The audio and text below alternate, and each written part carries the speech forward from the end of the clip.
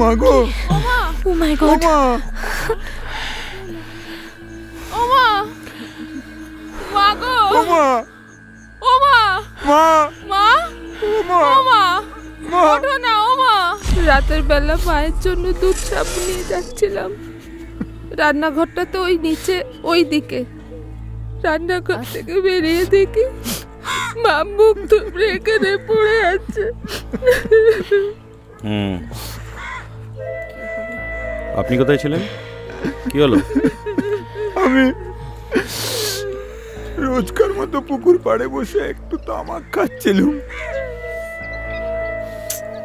এখানে খাই না, বাস ছড়ায় মা পছন্দ করতেন না।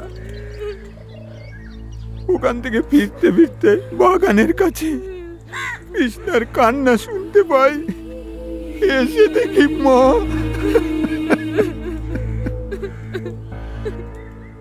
আচ্ছা মা, এরকম একটা ভালো মানুষ হঠাৎ করে খুন হলো কেন?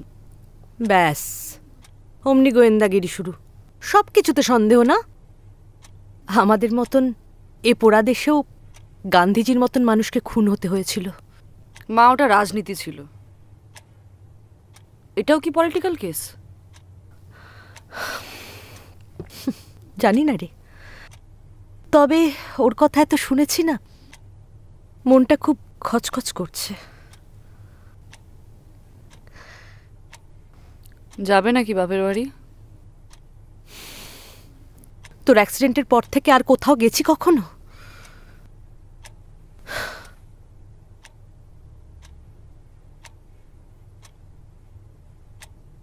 ওটা কুসুমপুর থানা না? হ্যাঁ, কেন রে? লোকেশন, শুটিং, রেকি ঢেকি এত গল্প বুঝি না। এখন এখানেই থাকতে হবে, তদন্তের জন্য এটাই নিয়ম। বাবা, ইনফর্মার একদম তৈরি। কিন্তু আমাদের ফেরাটা খুব জরুরি, অনেক কাজ পেন্ডিং। এটা তো আর সিনেমা নয় যে এলেন দেখলেন আর বাড়ি চলে গেলেন। এটা খুন। একবার ওনার ঘরটা দেখব। আর আপনারা কেউ বাড়ির বাইরে যাবেন না। ঠিক আছে, চলো।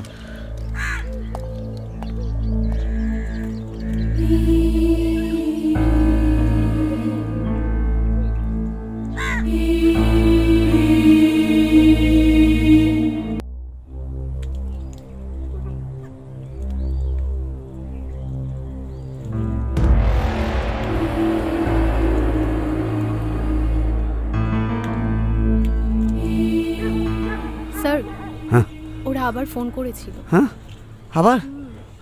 ওফ, এবার আমি পাগল হয়ে যাব। দেখি স্বর্গে গিয়ে ধান ভাঙে শুনেছি, রেখে থেকে কেউ খুন হয় বাপের জন্মে প্রথম শুনলাম। পুলিশ বলেছে যতক্ষণ না তদন্ত হবে ওদেরকে ওখানেই থাকতে হবে। ভালো তো, ওখানেই থাক না। ভালো কই, রেখে গিয়েই তো আমার সিনেমার টাকা সম্পূর্ণ খরচা হয়ে যাবে। ও বাবা, স্বপ্না একটু শান্তি দাও। না, হাসপাস করছি গরমে। বাবা একটু ছাতু শরবত দাও না, ছাতু।